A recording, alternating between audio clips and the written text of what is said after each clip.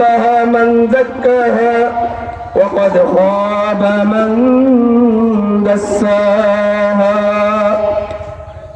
قد أفلح من زكاها যে আত্মাকে শিরক অবাধ্যতা থেকে এবং চারিত্রিক অশ্লীলতা থেকে পবিত্র করবে ওয়াকাদ খাবা মান দাসসাহা সে পরকালে সফলতা ও মুক্তি লাভ করবে বলুন সুবহানাল্লাহ।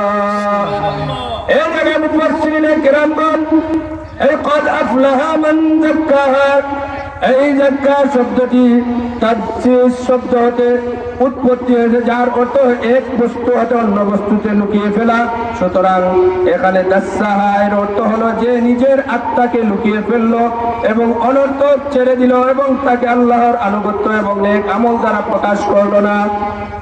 আল্লাহ রাব্বুল আলামিন এই আয়াতের সারমর্ম এই কথাই বুঝাচ্ছেন, বান্দা তুমি যদি তোমার আত্মাকে তোমার দিলকে ভালো কাজে না লাগিয়ে তুমি যদি অনর্থক কাজে তুমি অহেতুক কাজে তুমি তোমার সময়টাকে অন্যত্র ব্যয় করো, তুমি সময়টাকে তোমার সিনেমার হলে ব্যয় করলে, বান্দা তুমি তোমার সময়টাকে অন্য মেয়ের সাথে ব্যয় করলে, তোমার গুরুত্বপূর্ণ আমার দেয়া সেই নিয়ামত সেই সময়টাকে তুমি আজে বাজে কাজে নষ্ট করলে, বান্দা তুমি জেনে থাকো তোমার সেই দিল আন্ধার হয়ে যায়, অন্ধকার হয়ে যায়, লুকিয়ে যায়। বলুন ঠিক কিনা?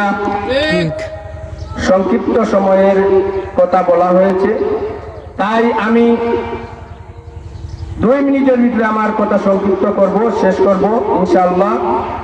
আমি করজোরে অনুরোধ করব, আমরা কেউ এই জীবনে চিরস্থায়ী হয়ে আসি নাই, আমরা কেহ এই জীবনে অনন্তকালের জন্য কিয়ামত অবধি পর্যন্ত থাকতে পারবো এই হায়াত নিয়ে আসি নাই।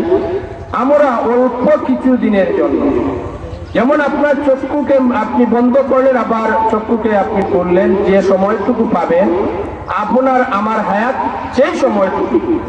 আর এই সময়ের ভিতরে যদি আমরা আমাদের পরবর্তী যে কাল পরকালের জন্য আমরা এই সময়টিকে যদি আমরা কাজে লাগাতে পারি, আমরা কোনো মানুষের গীবত করব না, কোনো মানুষের পাওনা আমরা টুকিয়ে নেব না, কোনো মানুষের সাথে আমরা অনর্থক কথা বলবো না, অনর্থক লাভবাজ করব না, গীবত করব না। আমরা যা আল্লাহ রাব্বুল আলামিনের নিষেধ কাজ সেই সমস্ত নিষেধ কাজ থেকে আমরা বিরত থাকবো। আজ থেকে ওয়াদা করি 5 ওয়াক্ত নামাজ তাকবীরে ওয়ালার কুলার সহিত আদায় করব।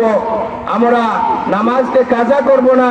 যদি আমরা নামাজকে কাজা না করি, নামাজকে আমরা ধরে রাখতে পারি, ইনশাআল্লাহ আল্লাহ রাব্বুল আলামিন কাল কিয়ামতের ময়দানে অবশ্যই আমাদের জন্য নাজাতের ফয়সালা হিসাবে এই নামাজকেই কবুল করতে পারেন।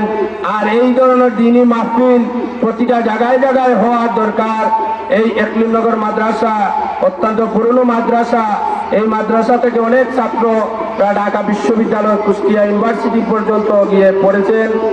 আমি সকলের কাছে এই মাদ্রাসার জন্য সহযোগিতা কামনা করছি। আপনারা সবাই মাহফিলে আসবেন।